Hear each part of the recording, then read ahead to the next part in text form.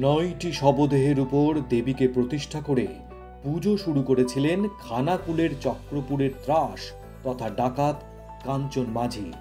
সেখানে হতো নরবলি, তাই তার ভয়ে তটস্থ থাকতেন এলাকার জমিদাররা।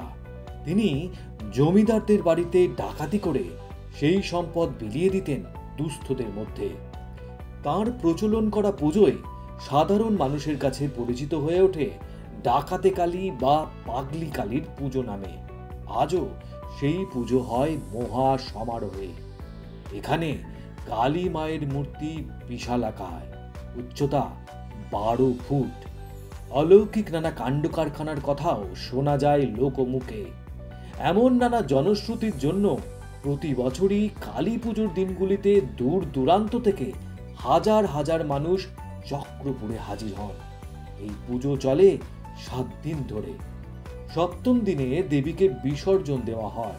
পুজো উপলক্ষে 7 দিনই জমজমাট মেলা বসে। খাবারের স্টল বসার পাশাপাশি বাচ্চাদের খেলার জন্যও থাকে একাধিক উপকরণ। সকলেই পুজোর কটা দিন সকলে মিলে খুবই আনন্দ উপভোগ করে। শোনা যায় তৎকালীন সময়ে এটা বন জঙ্গলে ঘেরা ছিল, সেই জায়গায় ওরা কালী সাধনা করতেন। সাধনা করতে করতে ওরা মায়ের দর্শন পান এবং ওরা কিছু একটু ডাকাত প্রচলিত ছিল।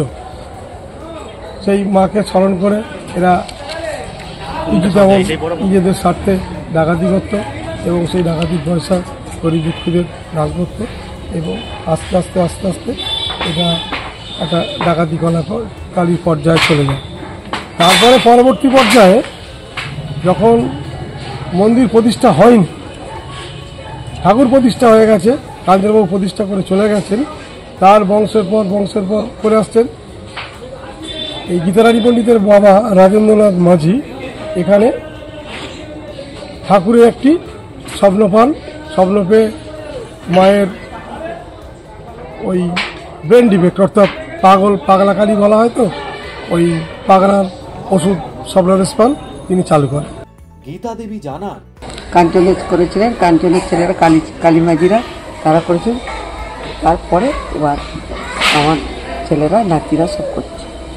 9টি শবদেহের উপর তিনি প্রতিষ্ঠা করেছিলেন দেবীকে, আর পুরোহিত পঞ্চমুণ্ডির আসনে বসে করতেন পুজো।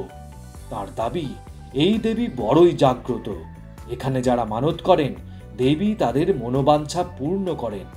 বিশেষ করে মানসিক সমস্যায় ভুগছেন এমন ব্যক্তিদের দেবীর পুকুরে স্নান করিয়ে মায়ের আশীর্বাদী বালা পরিয়ে দিলে তারা কয়েকদিনের মধ্যেই সুস্থ হয়ে ওঠেন। এই কালী পুজোয় শুধু গ্রামের মানুষজনই নয়, আশেপাশের বহু গ্রাম থেকে ভক্তরা এসে মানত করেন। তাদের বিশ্বাস, ভক্তি ও নিষ্ঠা সহকারে মায়ের পুজো দিলে মনোবাঞ্ছা নিশ্চয়ই পূর্ণ হবে। শোনা যায় যে মন্দির খনন কার্যের সময় যখন এখানে এই মন্দির তৈরি হয়, কিছু কিছু সব হাতটা পাওয়া গেছে, এটা কথিত আছে। এবার আমরা আজকালকার দিনের ছেলে, তা ততটা প্রমাণ সাপেক্ষ আমরা জানি না, কিন্তু যতটুকু শোনা যায় বয়স্কদের মুখে, এলাকার বয়স্ক যারা মানুষ ছিলেন তাদের মুখে শোনা যায় এখানে আগে নাকি ওনারা সব দেওয়ার কথা। পুজো কদিন চলে? 7 দিনের পুজো, 7 দিন মেলা, 7 দিনের পুজো। কেমন লাগলো আমাদের এই প্রতিবেদন জানাতে ভুলবেন না কমেন্ট বক্সে। দেখতে থাকুন বর্তমান।